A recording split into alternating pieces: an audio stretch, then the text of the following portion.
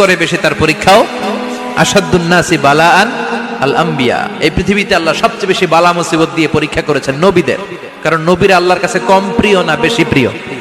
যেহেতু প্রিয় বেশি পরীক্ষা, এজন্য মুমিনের উপর যদি পরীক্ষা আসে, মুমিনের উপর যদি অত্যাচার আসে, মুমিনের উপর যদি ধৈর্যের পরীক্ষা আসে, জেল জরিমানা আসে, মুমিন ওইটারে ভয় পায় না। মুমিন ভয় পায় একজনকে, চিল্লায় বলেন তিনি কে?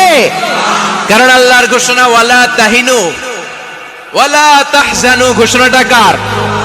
ভয় নাই, তোদের চিন্তা নাই। আনতুমুল আ'লাউনা ইন কুনতুম মুমিনিন, তোমরাই বিজয়ী হবা যদি মুমিন হও, যদি মুমিন হও।